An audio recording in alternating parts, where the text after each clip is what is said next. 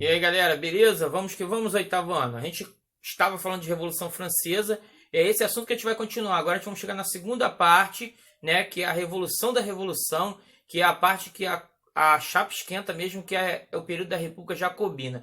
A gente falamos na aula passada sobre como que funcionava, né, essa convenção nacional, a divisão dentro desse parlamento, que era o quê? O pessoal que ficava à direita, os girondinos, eram os mais moderados, né? Existia à esquerda os jacobinos, que era o grupo mais, né, que ainda tinha um grupo próximo deles, que eram os cordeliers, que eram mais extremos, que eram ligados aos sans-culottes, depois vão acabar se achegando bem aos jacobinos, né?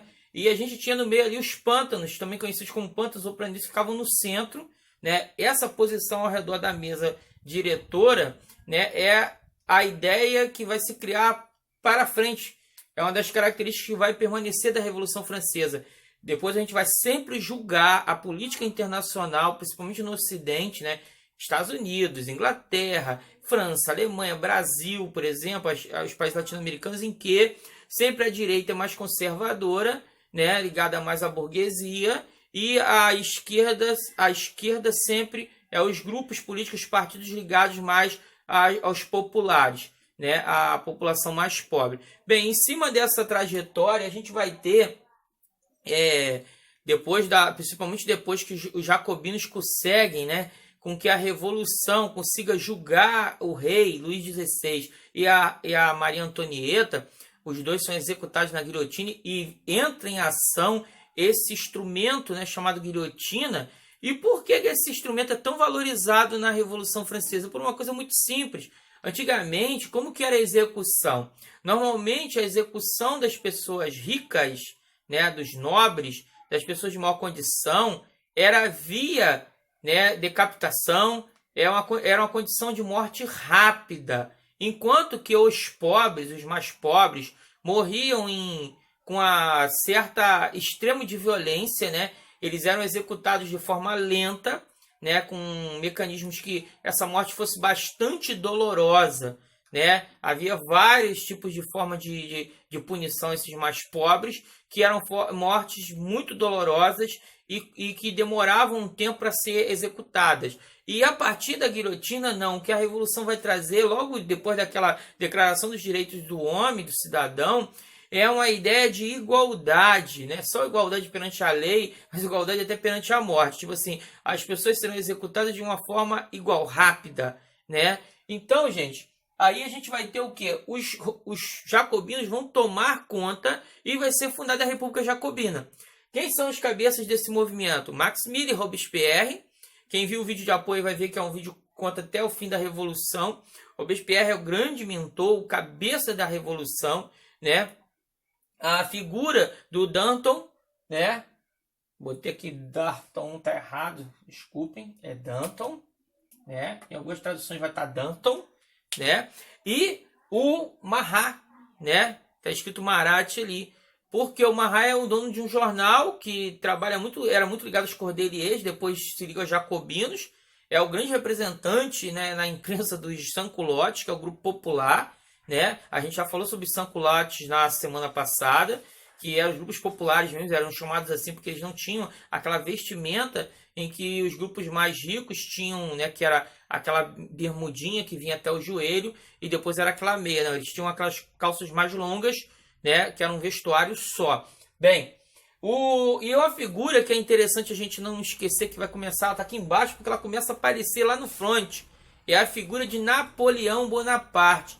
Por quê? Porque desde o momento que o rei começou a pedir que forças externas ajudassem a manter ele no poder, a dar esse poder de volta às mãos dele, a França vai enfrentar vários exércitos, como o exército da Prússia, né, o exército da Áustria, que era a família da Rainha Maria Antonieta, e outros grupos, né, que vão se aliar a tentar colocar a França de volta no sistema antigo. Até porque eles também ficavam preocupados com que essa revolução atingisse, né, os seus países, e começasse a ter uma contestação, essa monarquia absolutista. Então, a gente vê aqui, né, os grupos externos querendo pressionar a Revolução Francesa. E o que acontece? O exército francês vai se defender nessas fronteiras, e onde vai aparecer a figura de Napoleão Bonaparte, né, que a gente vai falar mais à frente sobre esse personagem da história francesa que é muito importante.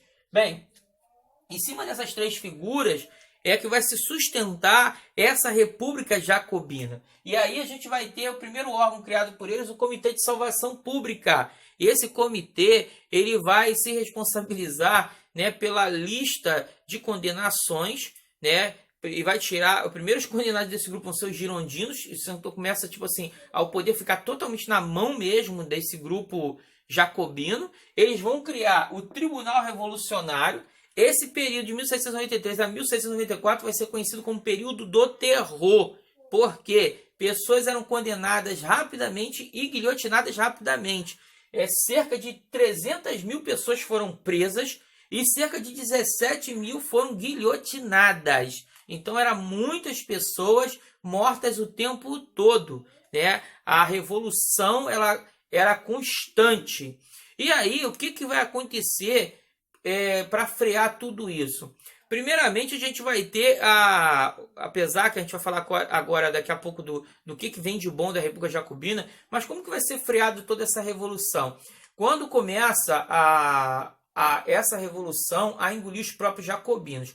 Primeira coisa vai ser, principalmente com a morte do assassinato do Marat, que vai começar a enfraquecer essa trinca aí, que agora vai ser 2, e os sans-culottes eles vão se afastar, né, das lideranças jacobinas, vão começar a se sentir que os jacobinos não são tão democráticos como prometem ser.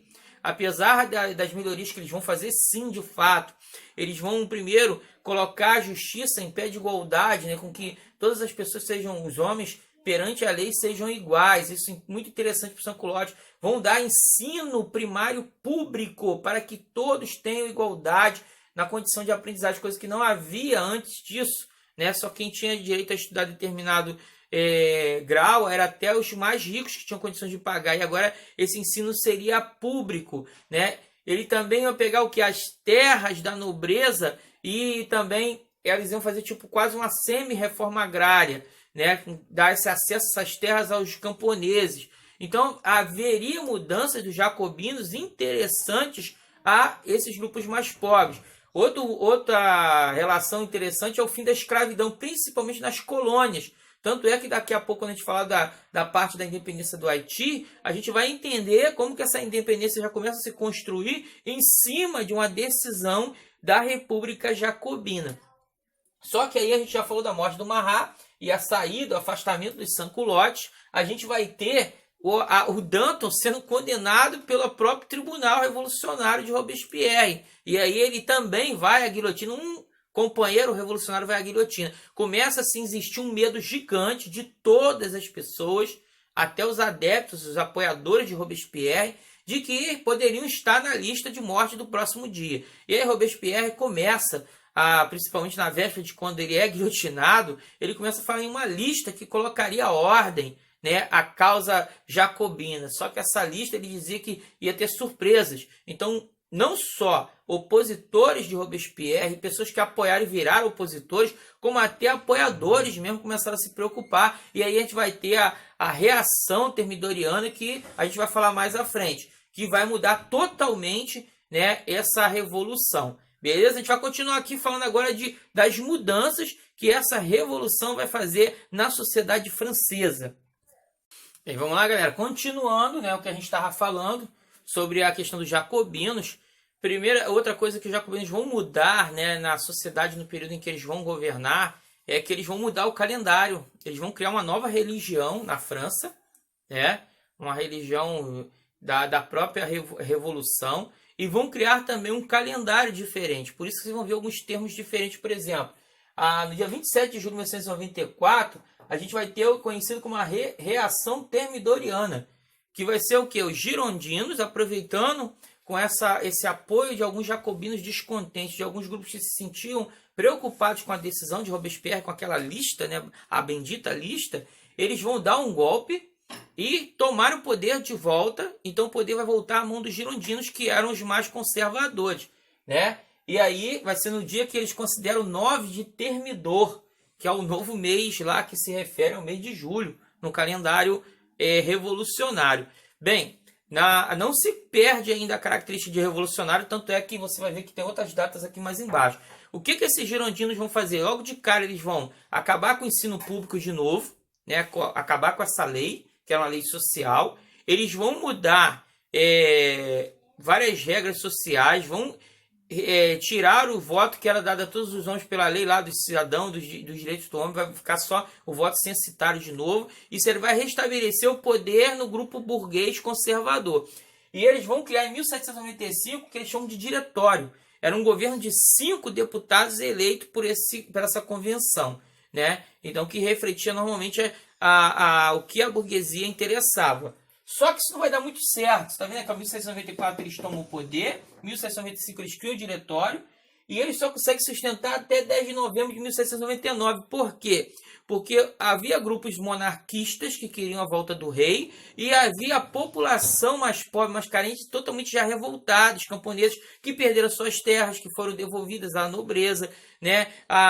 O direito ao ensino público, tudo isso que afetava os mais pobres, que foi retirado, começou a dar de novo a movimentação dessas ações desses grupos mais pobres como revoltas, né, contra esse governo. E aí eles acham na figura de um grande herói militar que não só sustentou a França diante de todo esse período revolucionário, como ainda expandiu as terras francesas com vitórias no campo de batalha. Vai aparecer a figura apaziguadora de um herói nacional para os pobres, como aquele que poderia dar tranquilidade à burguesia, a figura de Napoleão Bonaparte. Aí no dia 10 de novembro de 1799, no calendário revolucionário 18 de Brumário, é criado o consulado. A ideia primeira de 2 cônsules, mas logo após Napoleão toma o poder total. E lá na frente a gente vai ver, quando falarmos de Napoleão na próxima aula, que ele vai criar, né, o que se chama de Império Napoleônico ou Império Francês. Beleza? O outro vídeo a gente vai falar sobre a sociedade desse período revolucionário. Fiquem com Deus.